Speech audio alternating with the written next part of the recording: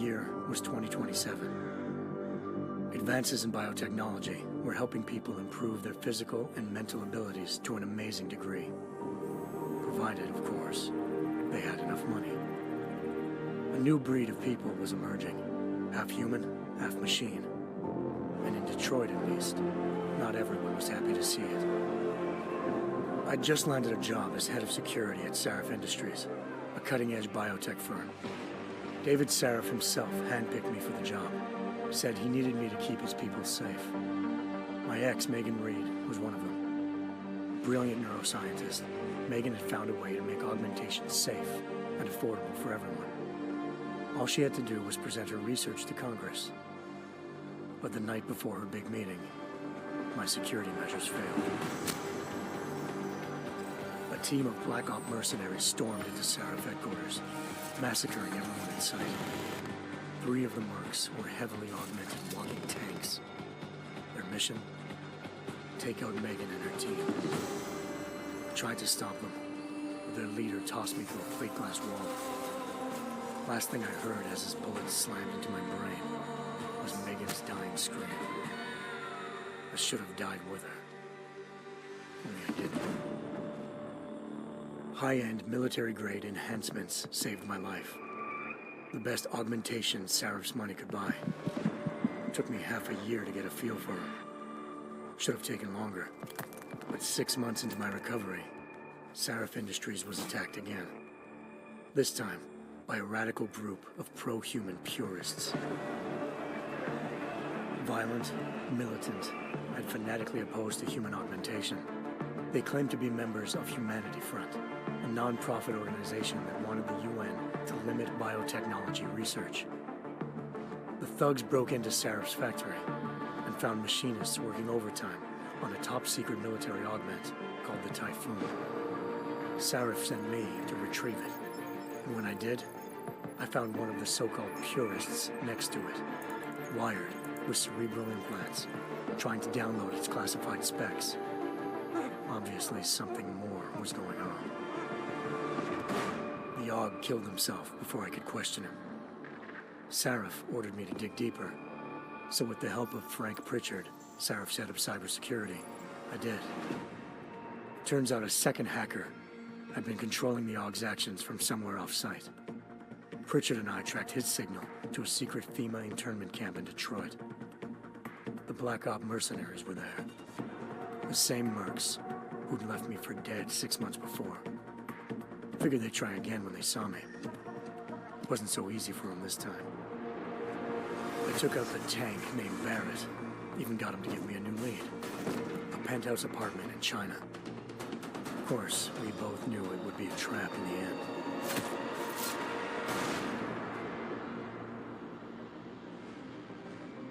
Hengsha Island, China. Home to a city so crowded, they had to build a second city on top of it. Trying to find clues in Hengsha wouldn't be easy. Lucky for me, I wasn't alone. Farida Malik, Sarif Industries' ace pilot, had lived in Hengsha before. A good person to have on your side. She knew enough about the place to get me around. Malik dropped me in the lower city, close to the penthouse Barrett had told me about. Bell Tower Associates, a private security firm under contract to the Chinese government, had agents tossing the suite when I arrived. Just not for the reason I'd been expecting. Turns out the man who lived there was a criminal hacker named Van Bruggen. The same hacker who'd been remotely controlling the AUG in Sarif's factory. Van Bruggen's panicked decision to force the man to commit suicide had been a mistake. Now his mercenary partners were gunning for him, and I needed to find him before they did. Locating Van Bruggen meant playing nice with the Triads, Hengsha's organized crime lords. They had the hacker holed up inside a low-rent capsule hotel. By the time I found him, Van Bruggen had no qualms giving up the woman who hired him. Zhao Yunru, president of the Taiyang Medical Corporation. According to Van Bruggen, Zhao wanted to monopolize the augmentation industry and had hired Black Op mercenaries to destabilize her competition. Sarif Industries was at the top of her list. To prove this, I needed to get inside TYM and grab a surveillance hologram off a server. I suspected Van Bruggen was hiding something when he told me this, but nothing could have prepared me for what I saw. Megan wasn't dead. She and her 4 best researchers had been kidnapped, spirited away somewhere while their kidnappers made it look like they were dead. Desperate to learn more, I confronted Zhao in her penthouse. She claimed to be a pawn in a bigger plan, and hinted at a group so powerful it controlled global interests at a whim. Then she slipped into a panic room and hit the alarm, forcing me to make a very quick exit. I figured Zhao was lying, but part of her confession made sense. David Sarif had been worried about his people. So worried, he'd required all of them to have subdermal locator devices surgically implanted. The GPLs would have been broadcasting the day of the attack. But Zhao said a single call to Picus, the world's leader in global 24-hour satellite news, had turned those signals off. I needed to fly to Picus headquarters in Montreal if I wanted to learn more.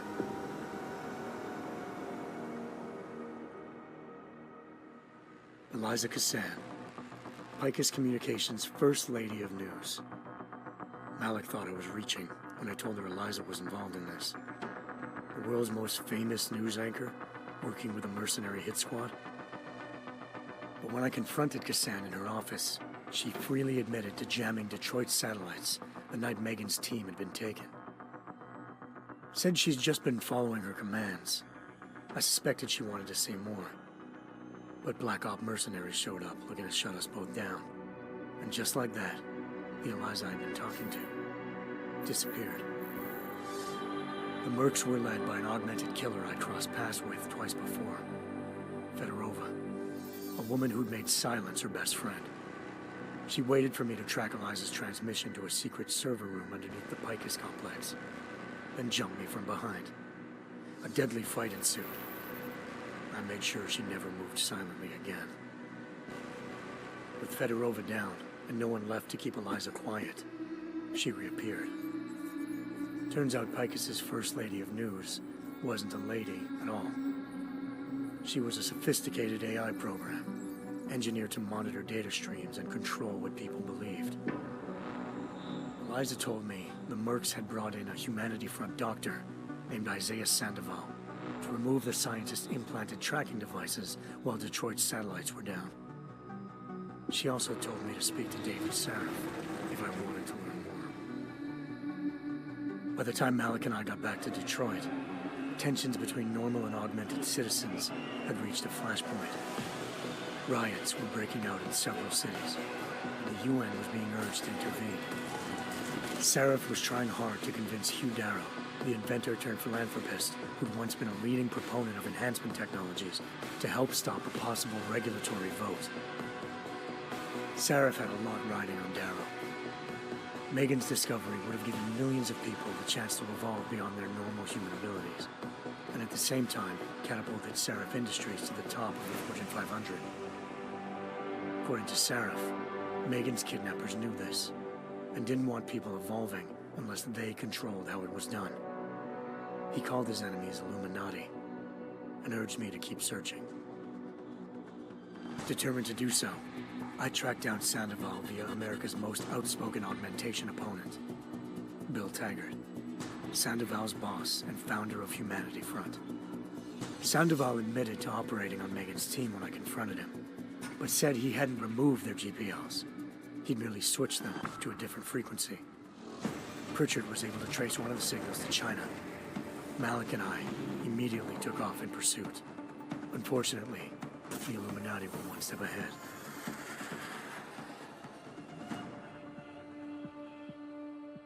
Ambushed. Shot out of the sky by Bell Tower Associates, seconds after entering Hengsha's airspace. Malik's piloting skills saved me.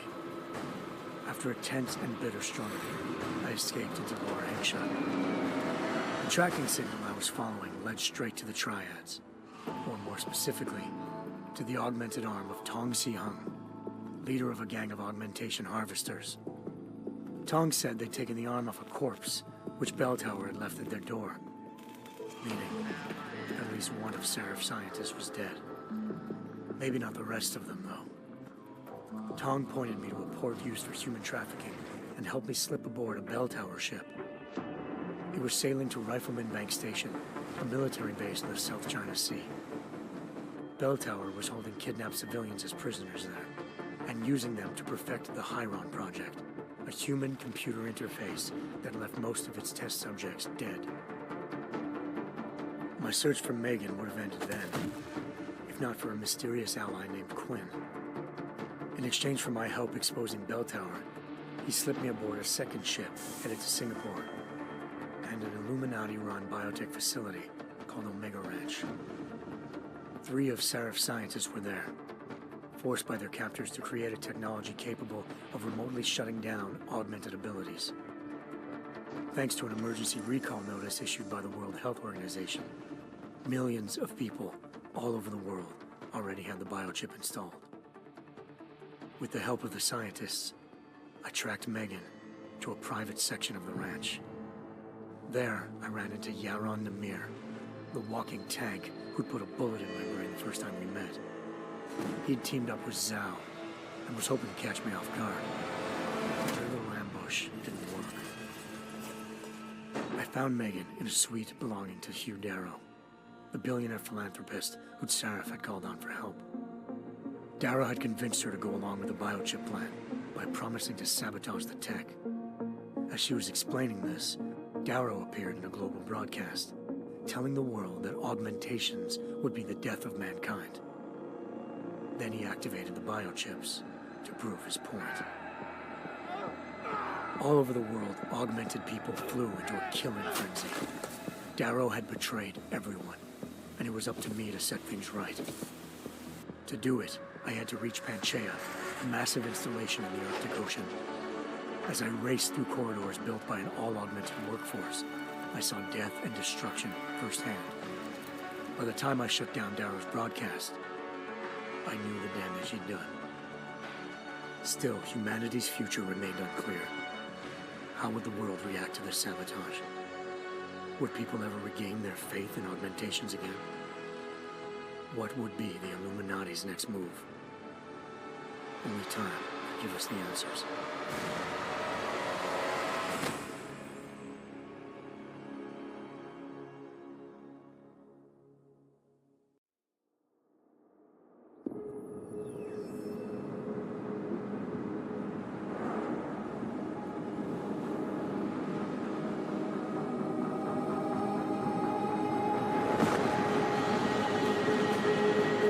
I once thought I could save the world. Now look at it.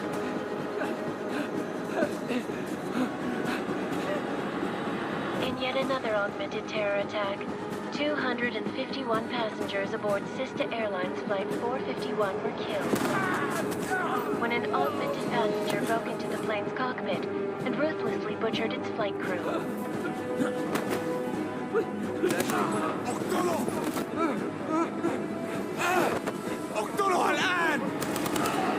Details recovered from the black box recorder suggest that the man may have been suffering flashbacks to the AUG incident. That horrible day 2 years ago when augmented people all over the world flew into a psychotic killing spree, causing the greatest loss of life in recent history. Sometimes, you just have to let go. And embrace what you've become. Not gonna go all wonky on us now, Hansa, are you? Well, if I do, McCready, I guarantee you'll never see it coming. Agent Jensen, am I gonna have a problem with you? No, sir. No reason to assume you would. Good, because you are the only augmented operative on this team, and I intend to make good use of you. Listen up, all of you. We've got a sandstorm barreling down our arse and we can't afford to make mistakes. We're going after this man, an arms dealer named Shepard. He's ex-Bell Tower, one of the Special Forces commanders who disappeared during the incident. And he's come out of hiding. That cannot be good. It's not. He's selling weapons and military-grade augments to terrorists. This is Aran Singh, the undercover agent who lured Shepard out of his hole. best UC Interpol's got. For 3 years he's worked hard to get in tight with the Jinn, an Iraqi smuggling cartel that's infected the Eastern Hemisphere like a plague. Last week, our arms dealer sent a message to the Jinn, offering to sell them a shitload of black market merchandise dirt cheap. They told Singh to handle the buy. They're not gonna like it when Interpol disrupts their party. Singh's cover really that good? It is right now. We need to keep it that way. This is where the deal's going down. A half-finished high-rise hotel that's been abandoned ever since the incident. It's not a pretty picture inside. Let me guess. Most of the laborers were augmented with heavy-duty industrial rigs. So when the incident hit, and they all went schizo, things got gruesome real fast. And no one, except for some homeless junkies, have been inside the place ever since. So what's the plan, Director? Singh's meeting Shepard on the ground floor, inside the hotel's main atrium. He sent the bulk of his Jinn crew to the penthouse levels to secure a vantage point. I want McCready's team to take up positions overlooking the atrium and make the arrest. Jensen, you're going in solo from the roof. My objectives? Keep the Jinn from joining the party. As far as we can tell, only one route connects the atrium to the penthouse level, a halfway decent elevator shaft. Here. I want you to block access to it. Fine. Just cut me loose. Do you plan on relying solely on your augments for this one? I'd recommend taking a little hardware, just to be sure.